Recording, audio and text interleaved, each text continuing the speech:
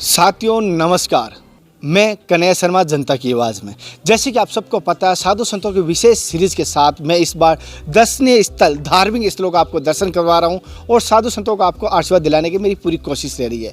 अभी जहां मैं बता रहा हूं, उत्तराखंड के जोशीमठ आया हूं। यहाँ पर कल्प वृक्ष के बारे में आपने सुना होगा, आज उसका दर्शन करूंगा, उसके महत्व भी बताने की कोशिश करूंगा पूरी बारीकी से। दोस्तों, अब पहले तो हम परिक्रमा लगाएंगे, उसके बाद आपको पूरा दर्शन करेंगे, पूरा महत्व भी बताने की कोशिश करेंगे कल्प वृक्ष का क्या महत्व है।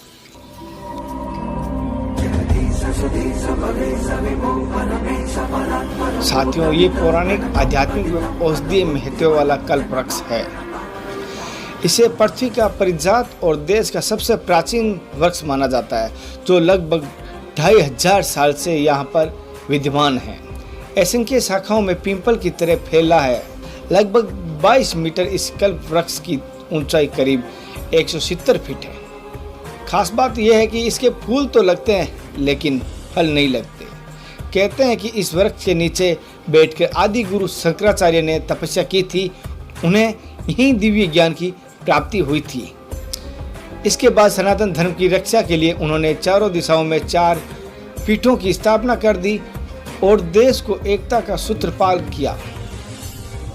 और माना जाता है कि इस वृक्ष के नीचे अपार सकारात्मक ऊर्जा का संचार होता है। यहाँ सच्चे मन से जो भी मांगा जाता है उसकी अवश्य प्राप्ति होती है।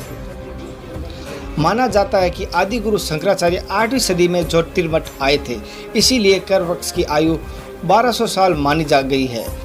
लेकिन सनातनी विद्वान शंकराचार्य का काल युधिष्ठिर संवत से मानते हैं और कहते हैं कि ज्योतिर्मठ के शंकराचार्य स्वामी स्वरूपानंद स्वामी का कहना है कि जितने वृक्ष ज्योतिपीठ की स्थापना को हो चुके हैं, उतने ही साल का कल्प वृक्ष भी है।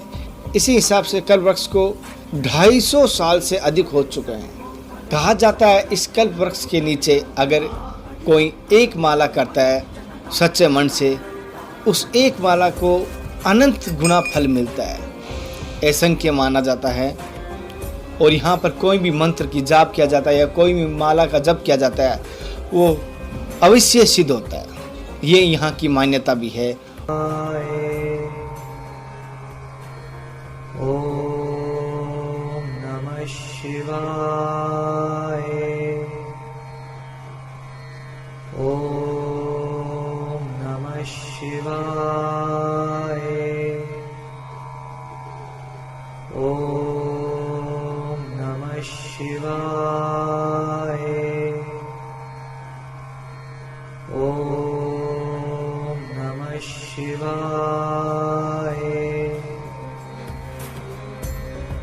हमारे भाई जुड़े, उनसे हम बात करते हैं, पहले उनका परिचय करते हैं।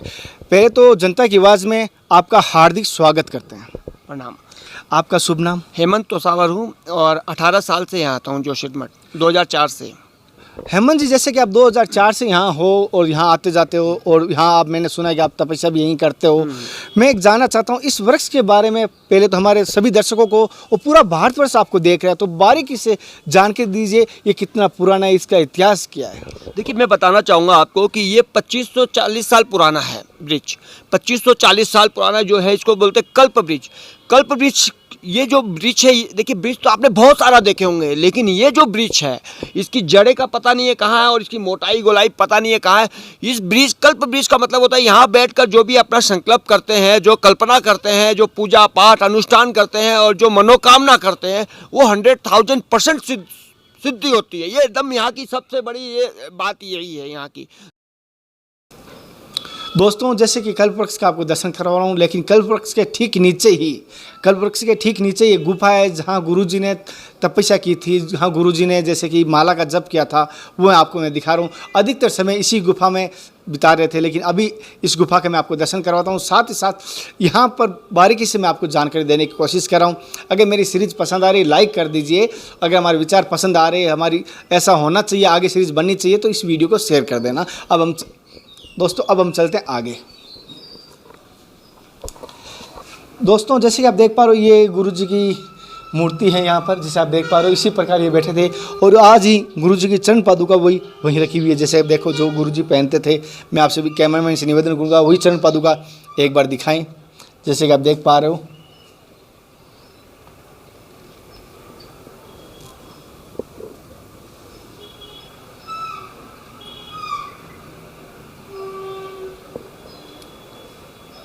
ये वही चरण पादुका है जो गुरु जी पहनते थे, जैसे आप देख पा रहे हो। हालांकि जैसे कहा जाता है चरण पादुका जैसे महत्व मैंने आप सभी को बताया है, मुझे पता है नहीं देखा तो ऊपर आई बटन आ रहा है, उस पर देख लीजिए चरण पादुका का महत्व है। दोस्तों जैसे कि मैंने कल्पवृक्ष की आपको पूरी जानकारी दी, पूरा महत्व बताया, साथ ही साथ हमारे साथ एक रिपोर्टर भाई साहब थे, वो पूरी महत्व बताया था।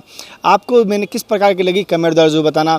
और जो मैं परिक्रमा जो यहाँ पर लगाई, आप उस परिक्रमा लगाते समय ऐसा फील करना कि आप ही परिक्रमा लगा रहे हो। ये ध्यान रखना, मैं पूरी परिक्रमा नॉन स्टॉप दिखाई, ना कि उसमें एडिटिंग की है, इसलिए कि आप अपने हृदय में रखना कि आपने ही परिक्रमा की है पहला। तो दूसरी बात आप सभी से एक बात और कहना चाहता हूँ कि दोस्तों मेरे द्वारा दी गई सीरीज किस प्रकार की लग रही है, जो बताना साधु संतों की, साथ साथ दर्शनीय स्थलों की, धार्मिक स्थलों की। कोई हो सकता है एक तो सामाजिक लोग होते हैं जो, अगर भाई उनको मैं भगवान से दुआ करता हूँ उनको सद्बुद्धि दे, उनको सद्मार्ग दे। अगर मेरी सीरीज पसंद आ रही है तो इसे ज़्यादा से ज़्यादा शेयर कर दीजिए और आगे भी लोगों को फॉलो कीजिए, जिनको बताइए कि हाँ ऐसे भी दर्शन करने से ऐसा फल मिलता है। चलो दोस्तों अब मिलते हैं अगली सीरीज में, तब तक जय हिंद, वंदे मातरम, हर हर महादेव, जय गुरुदेव।